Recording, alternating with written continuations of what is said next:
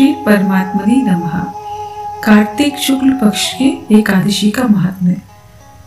भगवान श्री कृष्ण बोले, राजन, कार्तिक के शुक्ल पक्ष में जो एकादशी होती है उसका जैसा वर्णन लोक सृष्टा ब्रह्मा जी ने नारद जी से किया था वही मैं तुम्हें बतलाता हूँ। नारद जी ने कहा, पिताजी, जिसमें धर्म कर्म में प्रवृत्ति कराने वाले भगवान गोविंद जागते हैं उस प्रबोधिनी एकादशी का महात्म्य बतलाइए। ब्रह्मा जी बोले, मुनिश्रेष्ठ, प्रबोधिनी का महात्म्य पाप का नाश, पुण्य की वृद्धि तथा उत्तम बुद्धि वाले पुरुषों को मोक्ष प्रदान करने वाला है। समुद्र से लेकर सरोवर तक जितने भी तीर्थ हैं वे सभी अपने महात्म्य की तभी तक गर्जना करते हैं जब तक कि कार्तिक मास में भगवान विष्णु की प्रबोधिनी तिथि नहीं आ जाती। प्रबोधिनी एकादशी को एक ही उपवास कर लेने से मनुष्य 1000 अश्वमेध तथा 100 राजसूय यज्ञों का फल पा लेता है। बेटा जो दुर्लभ है, जिसकी प्राप्ति असंभव है तथा जिसे त्रिलोकी में किसी ने भी नहीं देखा, ऐसी वस्तु के लिए भी याचना करने पर प्रबोधिनी एकादशी उसे देती है। भक्ति पूर्वक उपवास करने पर मनुष्य को हरिबोधिनी एकादशी ऐश्वर्य, संपत्ति, उत्तम बुद्धि, राज्य तथा सुख प्रदान करती है। मेरु पर्वत के समान जो बड़े बड़े पाप हैं उन सबको यह पाप नाशिनी प्रबोधिनी एक ही उपवास से भस्म कर देती है। पहले के हजारों जन्मों में जो पाप किए गए हैं उन्हें प्रबोधिनी की रात्रि का जागरण रुई की ढेरी के समान भस्म कर देता है। जो लोग प्रबोधिनी एकादशी का मन से ध्यान करते हैं तथा इसके व्रत का अनुष्ठान करते हैं, उनके पितर नरक के दुखों से छुटकारा पाकर भगवान विष्णु के परम धाम को चले जाते हैं। ब्राह्मण, अश्वमेध आदि यज्ञों से भी जिस फल की प्राप्ति कठिन है वह प्रबोधिनी एकादशी को जागरण करने से अनायास ही मिल जाता है। संपूर्ण तीर्थों में नहाकर सुवर्ण और पृथ्वी दान करने से जो फल मिलता है वह श्री हरि के निमित्त जागरण करने मात्र से मनुष्य प्राप्त कर लेता है। जैसे मनुष्यों के लिए मृत्यु अनिवार्य है, उसी प्रकार धन संपत्ति मात्र भी क्षण भंगुर है। ऐसा समझकर एकादशी का व्रत करना चाहिए। तीनों लोकों में जो कोई भी तीर्थ संभव है वे सब प्रबोधिनी एकादशी का व्रत करने वाले मनुष्य के घर में मौजूद रहते हैं। कार्तिक की हरिबोधिनी एकादशी पुत्र तथा पौत्र प्रदान करने वाली है। जो प्रबोधिनी को उपवास करता है वही ज्ञानी है, वही योगी है, वही तपस्वी है और जितेंद्रिय है तथा उसी को भोग और मोक्ष की प्राप्ति होती है। बेटा, प्रबोधिनी एकादशी को भगवान विष्णु के उद्देश्य से मानव जो स्नान, दान, जप तथा होम करता है वह सब अक्षय होता है।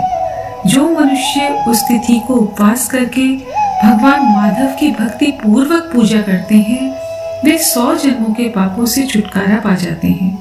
इस व्रत के द्वारा देवीश्वर जनार्दन को संतुष्ट करके मनुष्य संपूर्ण दिशाओं को अपने तेज से प्रकाशित करता हुआ श्री हरि के वैकुंठ धाम को चला जाता है।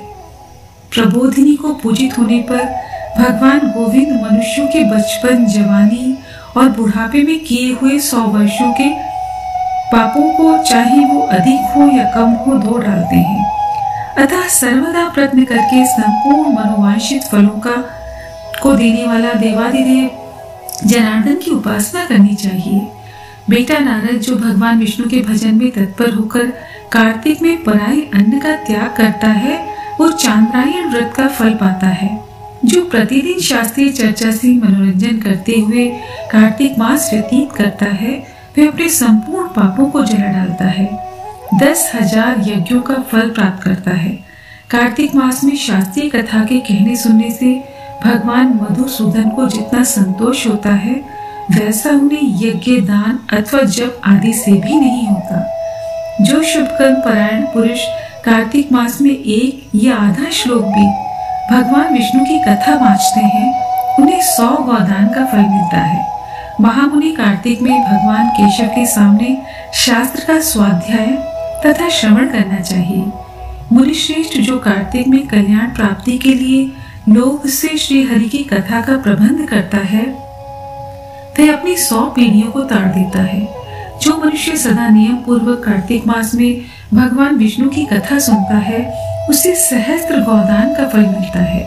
जो प्रबोधिनी एकादशी के दिन श्री विष्णु की कथा श्रवण करता है उसे 7 द्वीपों से युक्त पृथ्वी दान करने का फल प्राप्त होता है। मुनि श्रेष्ठ जो भगवान विष्णु की कथा सुनकर अपनी शक्ति के अनुसार कथावाचक की पूजा करते हैं उन्हें अक्षयलोक की प्राप्ति होती है।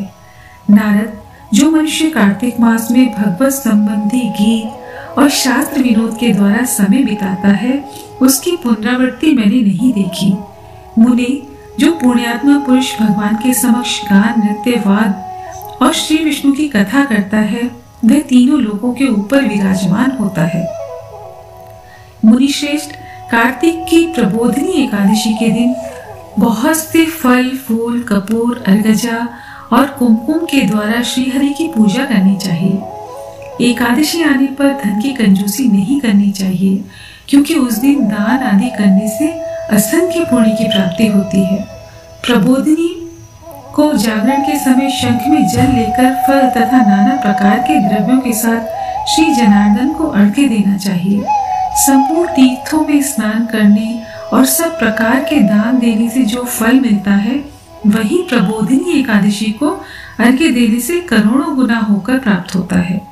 देवर्षि अर्घ्य के पश्चात भोजन, आच्छादन और दक्षिणा आदि के द्वारा भगवान विष्णु की प्रसन्नता के लिए गुरु की पूजा करनी चाहिए। जो मनुष्य उस दिन श्रीमद् भागवत व्रत की कथा सुनता है अथवा पुराण का पाठ करता है उसे एक एक अक्षर पर कपिला दान का फल मिलता है।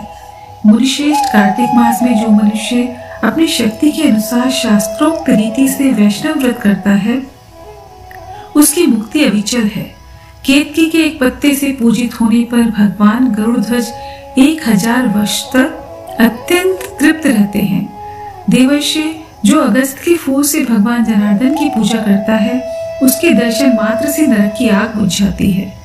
वैसे जो कार्तिक में भगवान जनार्दन को तुलसी के पत्र और पुष्प अर्पण करते हैं उनका जन्म भर का किया हुआ सारा पाप भस्म हो जाता है।